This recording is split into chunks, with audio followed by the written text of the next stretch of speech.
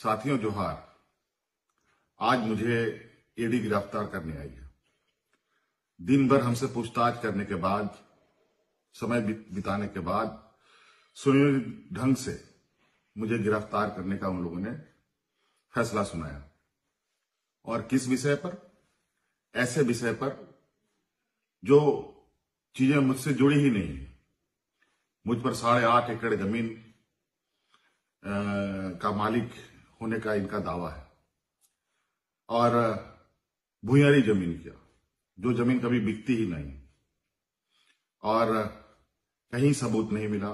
दिल्ली में भी इन लोगों ने छापे मारकर हमारी जो छवि खराब करने की कोशिश की और आज अंतोगत्वा ये सुनियोजित तरीके से दिन भर ये योजनाबद्ध तरीके से आए, समय काटे और उनको पता है कि शाम के वक्त कोर्ट कचहरी बंद हो जाता है और उन लोगों ने अपने योजना के अनुसार मुझे अरेस्ट करने का निर्णय हमें सुनाया। मैं कोर्ट के निर्णय पर बिल्कुल सर्वमान्य के साथ उसका सम्मान करता हूं। अभी मैं कोर्ट में जा रहा हूं, लेकिन मुझे नहीं लगता है कि मुझे इतना वक्त मिलेगा, क्योंकि आपको पता है कि व्यवस्थाएं देश के अंदर किस तरीके से चलती हैं। आज एक लोकप्रिय सरकार, एक आदिवासी अपने ताकत के बल पर जीतकर सरकार बनाकर राज्य की जनता का सेवा कर रहा था। आज लगता है ये वक्त अब मेरे लिए खत्म हो रहा है। अब एक नई लड़ाई हमें लड़नी पड़ेगी, ऐसे सामंती विचारों के साथ और ऐसे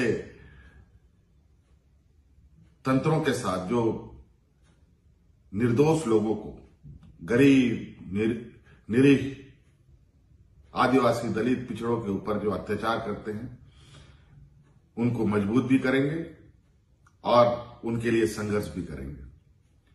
आज मुझे संभवतः ये लोग अपने कब्जे में ले लेंगे, मुझे उसका चिंता नहीं।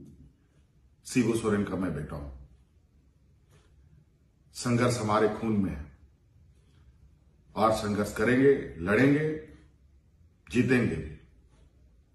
और जिस मंसूबे के साथ आज मुझे अरेस्ट करने का इन लोगों ने निर्णय लिया है, और आपको हम बता दें, बड़ा आश्चर्य की बात है, अभी मैंने जिस जमीन को लेकर उन्होंने मुझ पर आरोप लगाए और मुझे अरेस्ट कर रहे हैं, जहां पर दूर दूर तक मेरा कोई भी नाम कहीं से नहीं, बल्कि जो लोग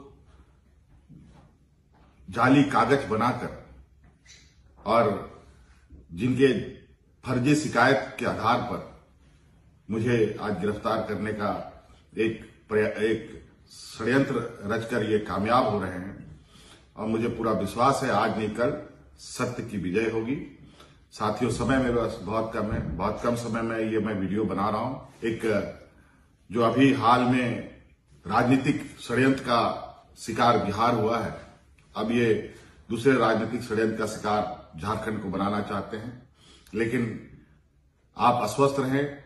हेमंत सोरेन झारखंड के हर एक व्यक्ति के दिल में है, हर एक नौजवानों के दिल में है, हर एक बुजुर्गों के दिल में है, हर एक बच्चों के दिल में रहेगा। और जिस तरीके से बूढ़े बुजुर्ग की सेवा करते हुए, नौजवानों को रोजगार देते हुए, अपने महिला सशक्तिकरण को लेकर हमने काम किया, रोजगार सृजन को लेकर काम किया, वो एक लंबा इतिहास लिखेगा। एक लंबा लकीर के रूप में मैं इसे आज संभवतः ये इस लकीर को और ना खींचने दे मुझे। लेकिन आप अस्वस्थ रहें, सत्य की कभी हार नहीं होती। ये मुझे जरूर थोड़ा विचलित अभी करने का प्रयास कर रहे हैं, लेकिन ये बहुत ज्यादा दिन तक चलेगा नहीं। लेकिन जब हम अगली लड़ाई के लिए तैयार होकर आएंगे तो इस मजबूती के साथ आएंगे कि दोबारा इस तरीके के षड्यंत्र करने वाले आगे से इस तरीके के कदम उठाने से भी हजारों बार इनको सोचना पड़ेगा। धन्यवाद साथियों, जोहार।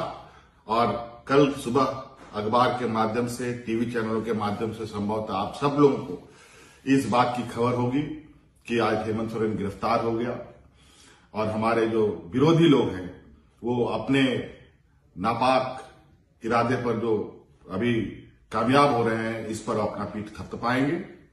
और मैं जानता हूं झारखंड की जनता काफी संवेदनशील है और कर्मठ है और हम अपनी ईमानदारी के साथ अपनी लड़ाई को जारी रखेंगे और मैं उम्मीद करता हूं कि हमारी इस लड़ाई में आपका भी पूरा सहयोग मुझे प्राप्त होगा।